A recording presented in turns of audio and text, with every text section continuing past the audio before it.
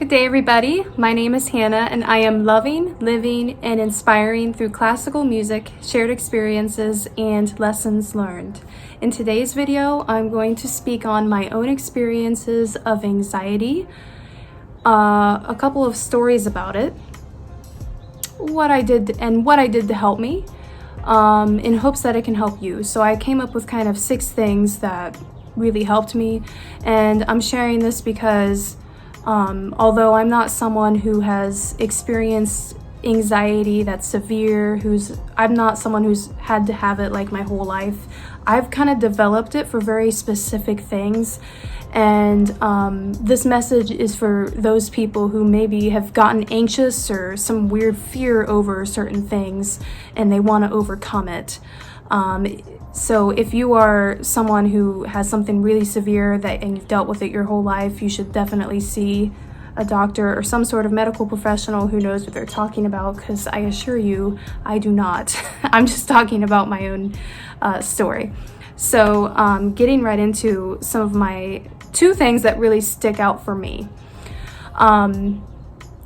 When I got married for a honeymoon, this honeymoon gave me 2 strange fears that I got super anxious about. So, our honeymoon, we went to Negril, Jamaica, and we left the morning right after we got married. And so we had a late wedding where we were out, at least until 1 in the morning and then driving back. So we were probably, in bed by 2 or 3 in the morning, and then we had a flight to catch at around 6 a.m. So we didn't sleep much. Our wedding had some wine, so my stomach was a little bit nauseous already going into it. So the flight to Jamaica, we had a layover in Canada, and then from Canada we went to Jamaica. Well, I'm from Ohio, so it was like a short flight there. That tiny flight gave me some issues for the next 2 years in regards to flying. So I developed an anxiety towards flying because I had flown once prior to this honeymoon. When I was in college, I went to visit my friend in California, and I flew on my own. I was a little bit nervous, but I wouldn't say I was anxious. I actually found it to be quite fun when I flew. Like, it was a fun experience. I wasn't worried about it when I went to my honeymoon.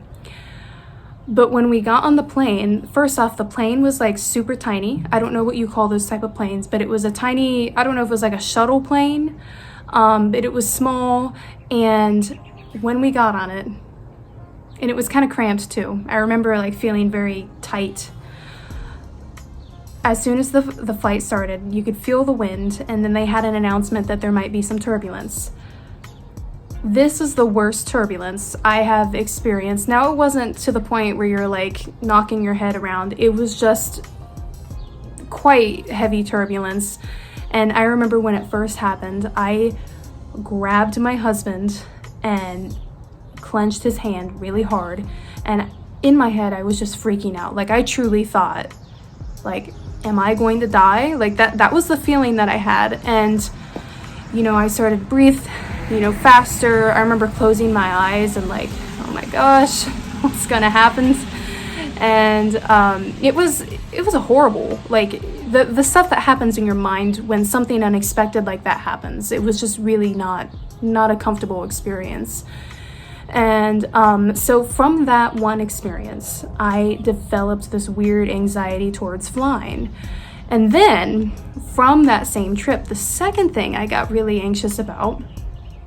So the last day on our honeymoon, we were in Negril, Jamaica, and we went on a boat ride. I was so excited for it, but then we get on the boat, and that day the ocean was choppy. So choppy means it's like the waves are moving up and down a lot.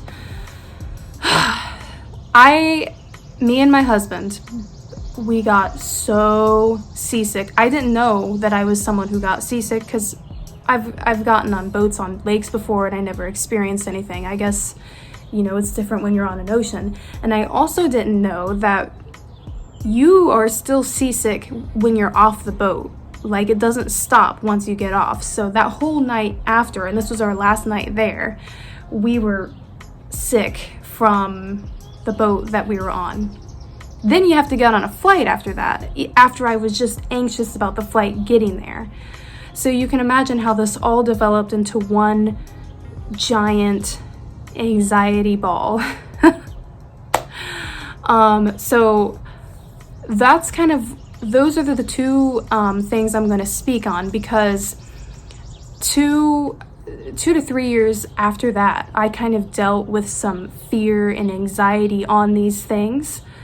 But I can confidently say this started in 2015. By 2018, I was fine with it. I was able to take a trip on my own to Italy for a summer program, and I was not afraid of the flying or the bathroom thing. Like, I was completely 100% okay. I didn't have any fear on those things. It is something that you can overcome, and I remember feeling like I was, at the time when you experience it, it's so scary that you feel like you're never going to be able to overcome this. You can.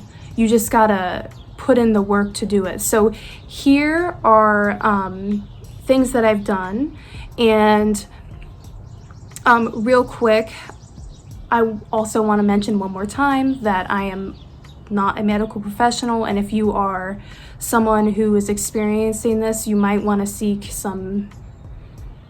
a doctor who knows what they're talking about.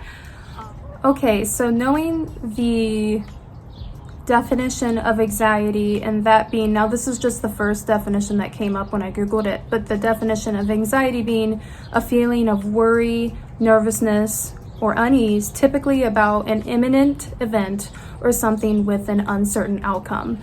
So with my two examples of flying and not having a restroom to use if you have to use the restroom, those are both uncertain outcomes that cause fear in me. Something a lot of people have as well as performance anxiety, which is, you're not sure how your performance is going to turn out, which I myself, I get nervous about it, but I wouldn't say I get to the point where I'd call it anxiety. So I'm talking about just my own little things with the flying and the bathrooms. So moving on, I have 6 things that I did that helped me with this very issue. And I hope that me sharing this with you can help you to get some ideas to help you overcome the things that maybe you have felt anxious about that has prevented you from doing things that you love. So number 1 is to identify what triggered your anxiety in the first place. So for me, both the flying and the bathroom thing came from Jamaica. So, well, not literally from Jamaica, the honeymoon to Jamaica, the first flight that we took, having unexpected turbulence while I was already feeling kind of nauseous from the night before, gave me that anxiety, as well as, well, I told you about having the seasickness when I had to fly back. Okay, I didn't tell you the second half of that. So the bathroom thing really came from, so on the flight, on the way back, it was around, I want to say 4 or 5 hours probably, and it was packed full. And I remember feeling super anxious because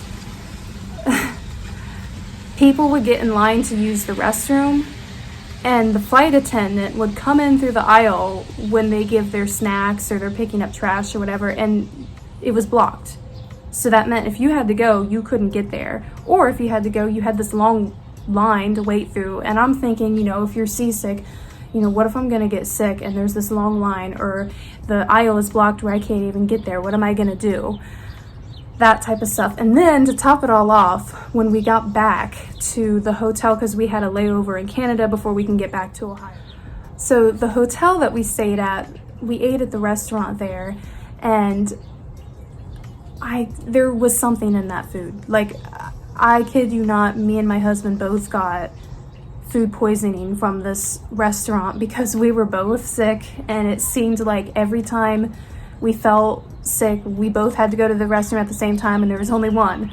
So it was not a very pleasant experience. And I remember catching the flight back to Ohio, and we had to take this shuttle from the hotel to the airport, and having the feeling of having to go, and you can't go because there's not a bathroom on the shuttle. You have to wait until you get there. And then that fear of being on the plane, and what if there's a line when I have to go? What if, the aisle is blocked? So identify what it was that made you anxious in the first place so that you can better figure out how to tackle that fear. Because at the end of the day, the anxiety is coming from some sort of fear. So then once you've identified what it was that made you anxious, you can use that information to research things that will help you feel better for it, or help you feel better about it. For example, with flying, once I realized that fear from flying came from the turbulence, I did a lot of research on, is it safe to fly? And found that statistically speaking, there's really not a reason to be terrified of flying or to have such anxiety about it, because it really is mostly a safe thing to do. And with the bathroom thing, I had looked up all sorts of funny experiences of people who kind of had this same type of fear.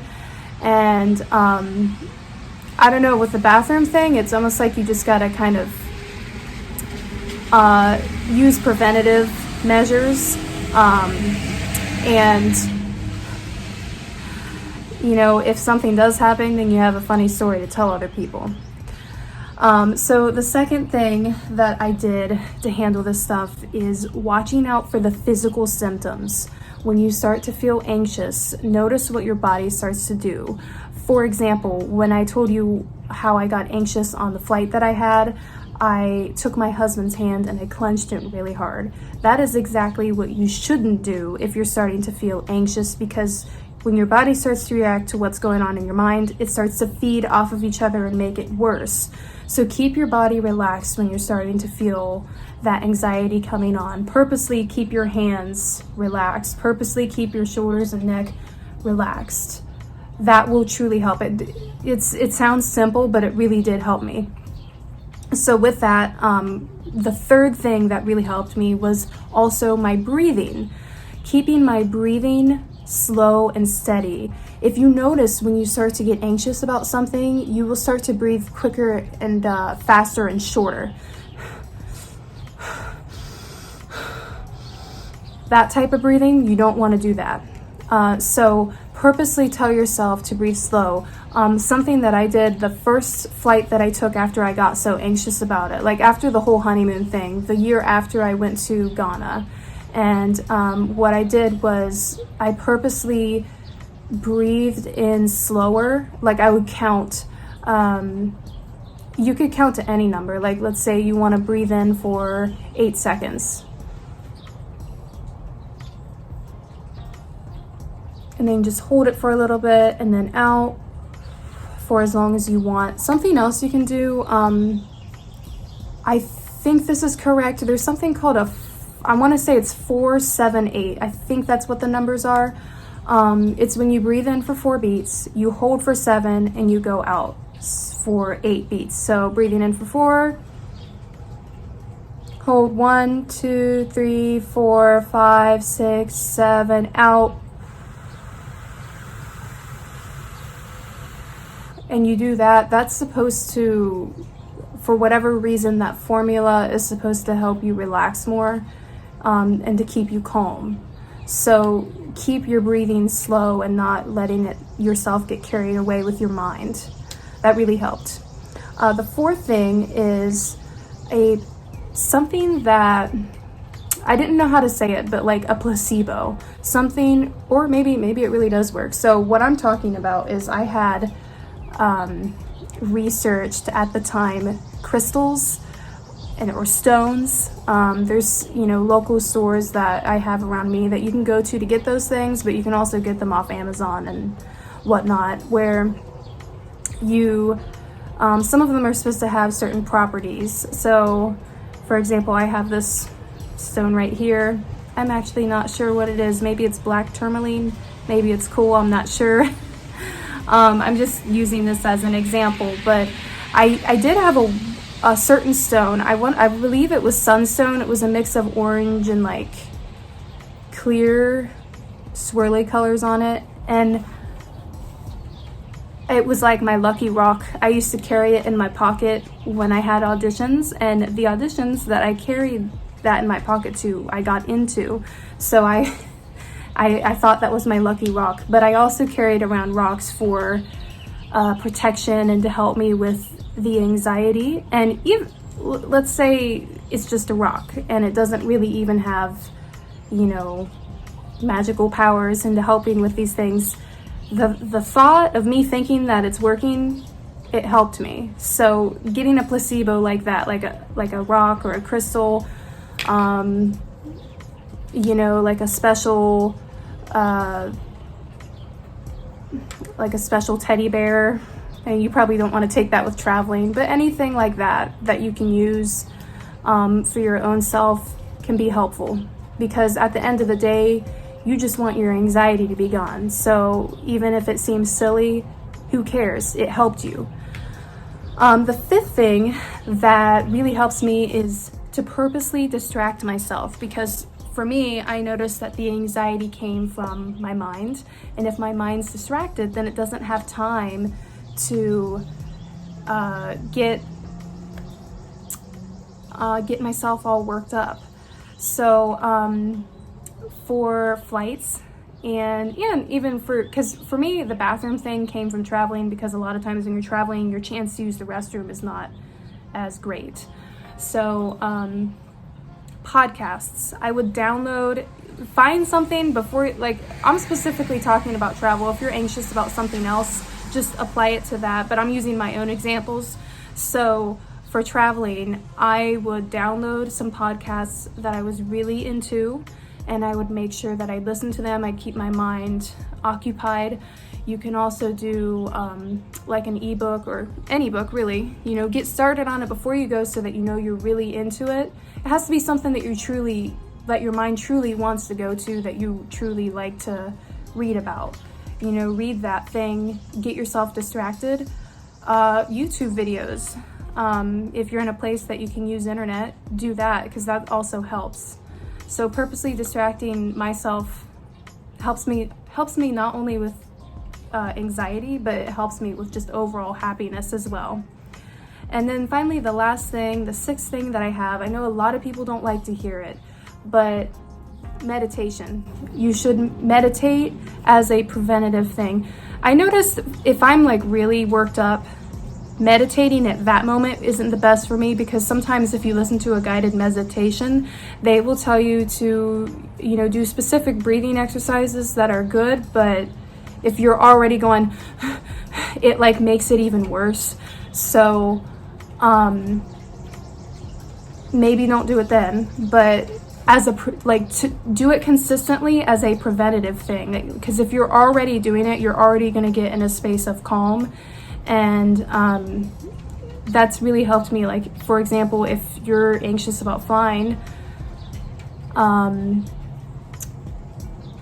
you should meditate before you fly, or the night before you fly. If you're anxious about a performance, meditate before then. You know, if you're anxious about your first day of school, meditate the night before. You know, just do it before consistently, so that you are preventing the thing instead of waiting until you feel it and then trying to do it. So in short, the 6 things that really helped me with anxiety is identifying what it was in the first place that made me anxious so that I can tackle it. The second thing was to watch my physical symptoms and purposely relax. The third one was to keep my breathing slow and calm. The fourth is to have a placebo that helps you, or something that you, in your mind, you think helps, like a stone or some sort of a lucky charm that you carry with you. The fifth thing is to distract yourself. You know, a good book, a podcast, a YouTube video. And the last thing is to meditate. So I truly hope this helps. Let me know in the comments if you have experienced anything like this, and what are some things that you have done to help yourself be free of this thing. Because once you start to feel anxious, it can be really, it's awful, and it's not a fun thing to have to go through. And it sometimes, I remember when I was experiencing it, it felt like something that I could never get past. And I have, like, I don't, now today, I don't, flying is not a big deal at all. The thought now, if I have to be in a place that doesn't have a bathroom, I'm not going to say that I'm 100% over that. Like, I will still probably not be completely comfortable, but I won't be completely anxious. I would probably just use the things that I said, and I'd probably just make sure, like, if I have to be in a car for 4 hours where there's not going to be any rest stops, I'm going to make sure that I didn't eat a lot the day before, and watch how much I was drinking so that I can prevent having to go to the bathroom. Again, I hope this helps, and let me know in the comments what you have done to help yourself with that. And I also have a video on meditation. If you're interested in that, on how to do that, go ahead and check it out. And I hope you have a wonderful rest of your day. Bye.